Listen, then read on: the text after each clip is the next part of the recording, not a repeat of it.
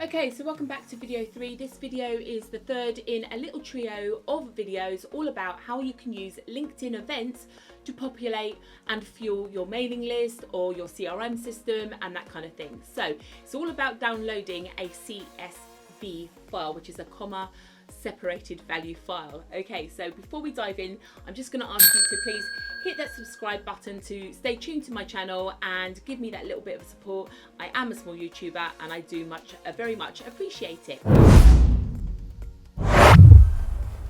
Okay, so if you can see, we've dived over to my left-hand monitor screen where I've already navigated to my LinkedIn page. We just need to find our way back to those previous events now that have finished. So I'm just going back to my company page.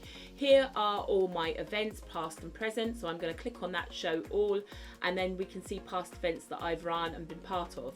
Now, when I find an event that I want to download some data from, that's all finished, I click on that event, and as you scroll down, you'll see that there are these like kind of boxes on the left-hand side. So I can have a look at the chat that's gone on in the event and all sorts. But the one that really interests me with regards to this video is that I want to download this file. Now, it's gonna, by default, because of the way that my computer is actually set up, as soon as it finds a CSV file, it's gonna guess that I want to open it in Excel, which is actually true. That's what I want to do.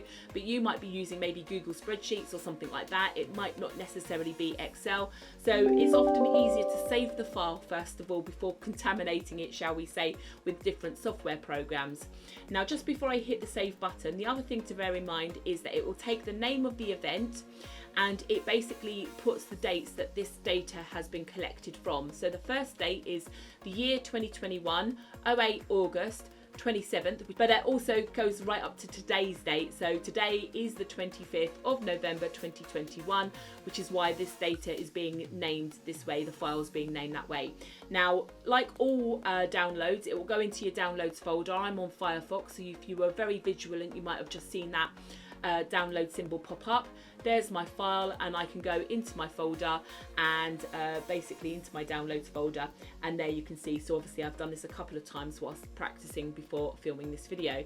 Now, if I open this file in a text or a notepad, you can see the data as showing here. Now, basically, the reason it's called a CSV file is because every element of data is separated by a comma before it goes into the next piece of data. So this very top line here will give you your column headers, and then underneath it, row by row by row, is one record of data. So if I now open that same thing in an Excel spreadsheet, you can see that it has automatically put all of that data into different columns for me, and there is the names in that top row of what those column names are. Now, obviously, when it's in a CSV file like this, you can tidy it up. You could say maybe delete things that you don't need. You don't need the serial or the ID number. You probably won't need the time or date that it's done it, and so on and so forth. So you can tidy up this data, make it all nice and useful. Pretty much, you probably want something like the company names, last names, first names, that kind of thing. And once you're happy with the data, you basically can save it on your computer for future use. Now, the beauty of a CSV file, the reason that we like these is because they are the platform, or the mechanism, I should say, for transferring large bulks of records and data from one company system to another company system, which is why LinkedIn provides this as a file that you can download. And obviously, now that you've got it as a CSV, it's compatible with things like uploading to your Outlook contacts, or it's compatible for uploading to your email marketing software. There will often be an import button somewhere that you can use, and it will ask you what type of file you're importing, and you can select CSV for that comma separated value, and away you go. It will also work on things like CRM systems, sales systems, and all sorts.